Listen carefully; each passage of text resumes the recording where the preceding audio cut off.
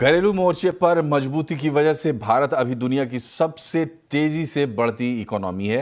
हालांकि ग्लोबल चिंताओं की वजह से विकास की रफ्तार धीमी पड़ सकती है, ये कहना है रिजर्व बैंक ऑफ इंडिया का अपनी सालाना रिपोर्ट में और क्या कुछ खास कहा गया है, जानने के लिए चलते हैं लक्ष्मण रॉय के पास। बताएं लक्ष्मण जी, ये आर्थिक रिपोर्ट है, क्या कहती है?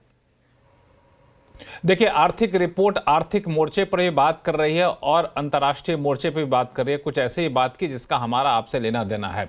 सबसे पहले आर्थिक मोर्चे की बात करें तो यहां पे साफ तौर से कहा गया कि भारत की अर्थव्यवस्था अभी भी अगले कारोबारी साल में भी दुनिया की सबसे तेजी से बढ़ती हुई अर्थव्यवस्था है, क्योंकि हमारे फंडामेंटल काफी ज्यादा मजबूत हैं। लेकिन चिंताएं हैं तो अंतर्राष्ट्रीय वजहों से, जिस तरीके से यूएस ने टैरिफ लगाया है, उस टैरिफ के बाद से दूसरे देशों की तरफ से जो कार्रवाई की जा रही है उसका क्या असर पड़ेगा, इसको लेकर हमें सतर्क रहने की जरूरत है। यह विकास में एक जोखिम के तौर पर देखा जा रहा है। दूसरी महत्वपूर्ण बात कि घरेलू अर्थव्यवस्था चूंकि मजबूत है, महंगाई दर काबू में आ चुके हैं, डिमांड काफी ज्यादा बढ़ रही है, तो इस वजह से हमें बहुत चिंता करने की जरूरत नहीं है और इसकी वजह से हमारे अर्थव्यवस्था में एक स्थिरता बनी रहेगी। इक्विटी मार्केट जो है वहां भी फंडामेंटल मजबूत हैं, वैल्यूएशन कम हुए हैं, तो वहां भी स्थिरता है, उतार चढ़ाव बहुत नहीं होगा। लेकिन नजर रखनी है तो सिर्फ आपको अंतर्राष्ट्रीय फैक्टर पर नजर यहां पर रखनी है। गोल्ड को लेकर के एक बड़ी महत्वपूर्ण बात कही गई कि गोल्ड जो है उसकी कीमतें रिजर्व बैंक के पास जो रखी हुई है, पिछले साल के मुकाबले यहां पर कीमतें काफी ज्यादा बढ़ी हैं। करीब 57% ज्यादा वैल्यू टर्म में गोल्ड आ गया है आरबीआई के पास, और पिछले कारोबारी साल में उससे एक पहले कारोबारी साल के मुकाबले 54.13 मीट्रिक टन गोल्ड जोड़ा है आरबीआई ने, यानी गोल्ड पर्याप्त संख्या में है। पर्याप्त संख्या में फॉरेक्स रिजर्व भी है, तो अंतर्राष्ट्रीय कारकों से कोई नुकसान होने की आशंका होती तो वहां रोकने में हम काफी संभल जाएंगे। एक और महत्वपूर्ण बात, जो बार बार बैंकिंग ट्रांजैक्शन में फ्रॉड होते हैं उसको लेकर नया आंकड़ा जारी किया गया है। वहां पे कहा गया है कि बैंकिंग फ्रॉड जो है, नंबर ऑफ केसेस यानी मामले जो है 34% कम हुए पिछले साल के मुकाबले, लेकिन जो रकम उसमें शामिल है वो 3 गुना से ज्यादा बढ़ गई है। हालांकि इसमें एक फैक्टर यह भी है कि करीब 11,000 करोड़ रुपए जोड़े गए हैं पिछले साल के तकनीकी वजह से, लेकिन रकम काफी ज्यादा बढ़ गई, दर्शाता है कि दरअसल बड़े बड़े मामले के फ्रॉड हो रहे हैं, बैंकिंग फ्रॉड हो रहे हैं, और ज्यादातर फ्रॉड ऑनलाइन ट्रांजैक्शन में हो रहे हैं। और फ्रॉड की संख्या देखें तो निजी बैंक इसमें ज्यादा है, सरकारी बैंक थोड़े यहां पे कम है। और एक आखिरी बात, जो हम लोगों ने 500 और 2000 के नोट जो लाइनों में जमा करके 1000 के नोट जमा कराए थे, जो पुराने नोट जिसको अवैध घोषित कर दिया गया था नोटबंदी के दौरान, उन नोटों का इस्तेमाल फर्नीचर बनाने में किया जाएगा। एक दिलचस्प बात आरबीआई ने अपनी रिपोर्ट में रखी है। बहुत बहुत शुक्रिया आपका लक्ष्मण जी तमाम जानकारी के लिए। बढ़ते हैं खबरों में आगे। Court of international trade America में ट्रंप सरकार को बड़ा झटका लगा है। कोर्ट ने 2 अप्रैल को लगाए गए रेसिप्रोकल टैरिफ पर रोक लगा दी है। क्या है ये पूरा मामला और इसका क्या असर होगा, बता रहे हैं होर्माज फटाकिया। एक बड़ा झटका तो लगा है ट्रंप सरकार को, इसमें कोई दो राय नहीं है, क्योंकि US court of international trade ने जो रेसिप्रोकल टैरिफ्स अनाउंस करे थे 2 अप्रैल को, उसे गैर संवैधानिक बताया है और उन पर जो है वो रोक लगा दी है। और ये फैसला आज तड़के US court of international trade की तरफ से आया। ये याचिका कोर्ट में दायर की गई थी। डेमोक्रेट एक रूल जो कि राज्य है और छोटे व्यापारियों ने मुकदमा ये दायर किया था, ये कहते हुए कि ट्रंप सरकार ने अपने अधिकारों का गलत इस्तेमाल किया है, इमरजेंसी कानून का गलत इस्तेमाल किया है और टैरिफ लगाए हैं बिना कांग्रेस की अप्रूवल के। मगर कुछ ऐसे सेक्टर्स हैं जिन पर इसका असर नहीं होगा, क्योंकि एल्यूमिनियम और स्टील जिस पर टैरिफ लगाए गए हैं वो टैरिफ बने रहेंगे, क्योंकि वो टैरिफ जो है वो सेक्शन 232 के अंतर्गत लगाए गए हैं। सो वो टैरिफ जो लगाए हैं वो बने रहेंगे। अब आगे क्या, ट्रंप सरकार ने कहा है कि उन्होंने इस फेडरल कोर्ट में अपील की है, याचिका दायर कर दी है इस फैसले के खिलाफ, और उन्होंने साथ ही साथ ये भी कहा है कि कुछ ऐसे जजेस हैं जो अनिर्वाचित जज है, वो हमें नहीं बता सकते कि आर्थिक आपदा से कैसे जूझना चाहिए, कैसे उसका मुकाबला करना चाहिए। अब गोल्डमैन सैक्स ने अपनी एक नोट में कहा है कि अब आगे चल के ट्रंप एडमिनिस्ट्रेशन ऐसा क्या कर सकता है जिससे वो इन टैरिफ से या इस फैसले से जो है अपने आप को नेविगेट कर सके। उसमें से एक ये है कि सेक्शन 232 के तहत सेक्टर स्पेसिफिक टैरिफ्स लागू किए जाए और इन्हीं सेक्शंस के अंतर्गत फार्मा और सेमीकंडक्टर्स जैसे शहरों में जैसे सेक्टर्स में ऑलरेडी उनकी जांच चल रही है। एक 15% के बेसलाइन टैरिफ के साथ सेक्शन 122 के तहत वो टैरिफ लागू कर सकते हैं, मगर इसकी एक बात यह है कि बिना कांग्रेस की मंजूरी के इस सेक्शन के अंतर्गत सिर्फ 150 दिनों तक यह टैरिफ लागू रह सकता है। एक और ऑप्शन जो गोल्डमैन सैक्स ने यह बताया है वो सेक्शन 301 के अंतर्गत बड़े ट्रेडिंग पार्टनर्स पर नए सिरे से वो अपनी जांच शुरू कर सकते हैं और इस सेक्शन के अंतर्गत टैरिफ की कोई सीमा नहीं है और ना ही कोई डेडलाइन है। और आखिर में सेक्शन 238 के तहत 50% के टैरिफ उन देशों पर लगा सकते हैं जो यूएस के साथ ज्यादती करते हैं।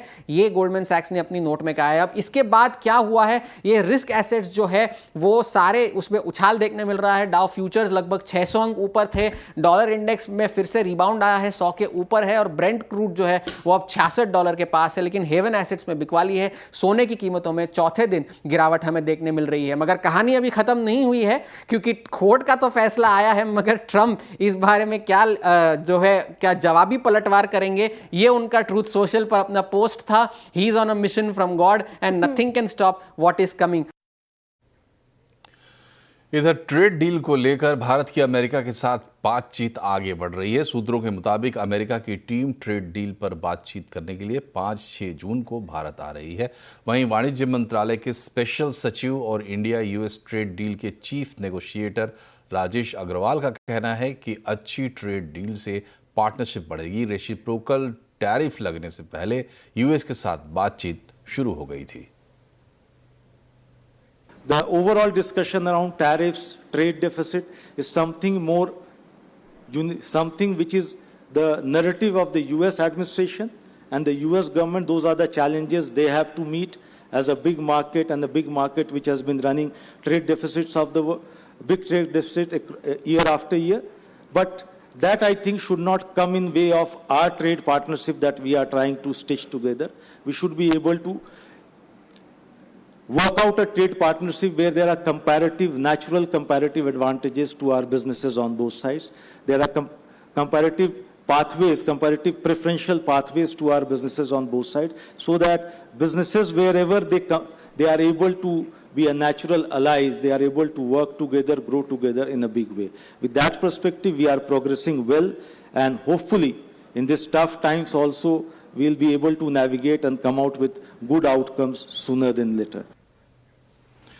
भारतीय एयरटेल के चेयरमैन सुनील भारती मित्तल ने सरकार से आग्रह किया है कि क्रिप्टो के ऊपर किसी तरह का कानून बनाया जाए। मित्तल के मुताबिक क्रिप्टो काफ़ी तेज़ी से आगे बढ़ रहा है और इसके लिए रेगुलेशन लाना बहुत ज़रूरी है। All I said is we have Mr. Vaishnav after me, the next session. I only saying that things have started to move very fast on crypto. And of course AI, we already discussed, is moving very fast. And this is an area where the government will have to start applying their mind of how to ensure that the right regulatory framework is available for India to make full use of AI, crypto, whenever the time comes. Kochi water metro की तर्ज पर अब देश के 21 शहरों में water metro सेवा शुरू होने जा रही है। कोच्चि वाटर मेट्रो के एमडी लोकनाथ बेहरा ने सीएनबीसी आवाज़ के साथ खास बातचीत में बताया कि मुंबई, अयोध्या और वाराणसी समेत 7 शहरों में फिजिबिलिटी स्टडी पूरी कर ली गई है। सबसे पहले मुंबई में वाटर मेट्रो की शुरुआत की जाएगी, जिसकी योजना अगले 3 से 4 साल के भीतर पूरी होने की संभावना है। Inland water authority of India उन्होंने हमको 21 जगह पर फिजिबिलिटी स्टडी करने के लिए एक्चुअली ऑर्डर दिए हैं, और उसको हमने क्या कि वो 14 स्टेट्स में हैं, जैसे श्रीनगर है, गुवाहाटी है, जैसे डिब्रूगढ़ है, और कोलकाता है, पटना है, अयोध्या है, वाराणसी है, प्रयागराज, ऐसे बहुत सारे जगह पर करने के लिए दिए हैं। मुंबई भी है। अभी हमने एक्चुअली 7 जगह पर ये काम ख़त्म कर चुके हैं।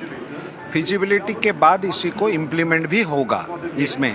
इसका मतलब है सभी भारत सरकार और जो स्टेट के गवर्नमेंट्स है वो भी चाहते हैं कि हमारा यहाँ भी कोच्चि जैसा वाटर मेट्रो रहे, तो उसमें फ़ायदा भी है, वो मोस्ट सस्टेनेबल ट्रांसपोर्ट है, वाटर भी यूज हो जाएगा और वाटर रूट्स जो है वो डीकंजेस्ट करेगा भी रोड्स, जैसे कोच्चि को किया है, और उन लोगों को भी अच्छा है क्योंकि वो बड़ा कंफर्टेबल है। तो वो हमने हमारे जो इंजीनियर्स है, हमारे जो टेक्निकल आदमी हैं, उसको वो फिजिबिलिटी स्टडी कर रहे हैं। उसके बाद हमको लगता है कि 3-4 साल के अंदर कोच्चि में तो है ही है, लेकिन वो और कुछ जगह पर वाटर मेट्रो आप जरूर देखेंगे। और अब बात करते हैं आज के बाजार की। मई सीरीज एक्सपायरी का दिन था और बाजार ने अच्छी क्लोजिंग ली है। आज बाजार ने आखिरी घंटे में अच्छी रिकवरी भी दिखाई। सेंसेक्स निफ्टी दिन के ऊपरी स्तर पर बंद हुए। सेंसेक्स 321 पॉइंट चढ़ा। निफ्टी ने 81 पॉइंट की बढ़त हासिल की। इसके अलावा mid cap small cap index भी दिन के ऊपरी स्तर पर बंद हुए हैं। बाकी डिटेल बता रही हैं कंचन नौटियाल।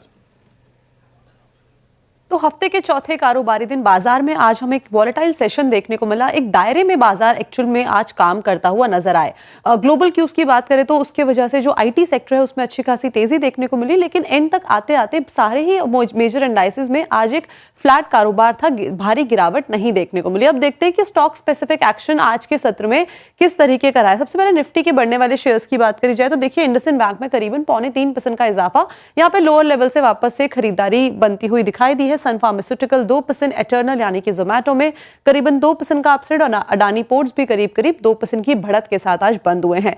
लूजिंग स्ट्रीक की बात कर लेते हैं। एचडीएफसी लाइफ यहाँ पे करीबन 1% का डाउन ट्रेंड देखने को मिला। बीईएल में भी करीबन 1%, टाटा कंज्यूमर करीब 1% और जियो फाइनेंशियल में भी करीबन 1% की कमजोरी आज के सत्र में देखी गई। अब बात कर लेते हैं कि मिड कैप में कौन से शेयर्स बढ़े हैं। वारी एनर्जीज में अच्छा खासा अपसाइड मोमेंटम देखा गया, करीबन 8% का अपसाइड यहाँ पे दिखा। कमिंस इंडिया यहाँ पे करीबन 7% की तेजी। नंबर्स के बाद यहाँ पे कौन कॉल हुई थी, कौन कॉल काफी पॉजिटिव साइड में आई है, जिसके बाद यहाँ पे अच्छा खासा मोमेंटम पकड़ा हुआ दिखाई दिया है। ऑयल इंडिया की बात करी जाए तो करीबन 4% की तेजी यहाँ पे है। प्रेस्टीज एस्टेट में भी करीबन 3.5% का अपसाइड देखा गया। लूजिंग स्ट्रीक में बात कर लेते हैं इस टाइम पे एनटीपीसी ग्रीन एनर्जी 3.5% की कमजोरी यहाँ पे। अपोलो टायर्स में करीबन 3% का डाउन साइड और एस्कॉट कुबोटा की बात करी जाए 2% का डाउन ट्रेंड यहाँ पे भी देखने को मिला। और जो एमआरएफ है वहां पे भी करीब 1.5% की हमें एक गिरावट देखने को मिली। जिस्ट ऑफ द स्टोरी एक दायरे में रह के ही आज बाजार बंद हुआ है। इधर रिकॉर्ड ऊंचाई छूने के बाद सोने की कीमत में आने वाले समय में उतार चढ़ाव बना रह सकता है। हालांकि निवेशकों के लिए अब भी सुरक्षित विकल्प बना हुआ है। See, gold prices, whatever prediction people have done last year, it has crossed this year. So prediction is not being properly done in the gold price. What we can see is a compounded annual growth rate, CAGR, of many years. If you see last 5 years, 10 years or 25 years, gold price have gone. If you see 100 years also, it has gone. So let us look at the history and let us not sit on different prediction. Invest in that one, because maybe immediate corrections will come, maybe small corrections in the drop and all. But there is no other thing that countries are buying. Different countries, the bankers, central banks are investing in gold. So it means people are thinking and wisely and investing in that. If the countries are going right, they are doing it, then I should say that customers also should not break their head. Just see the history and invest in that.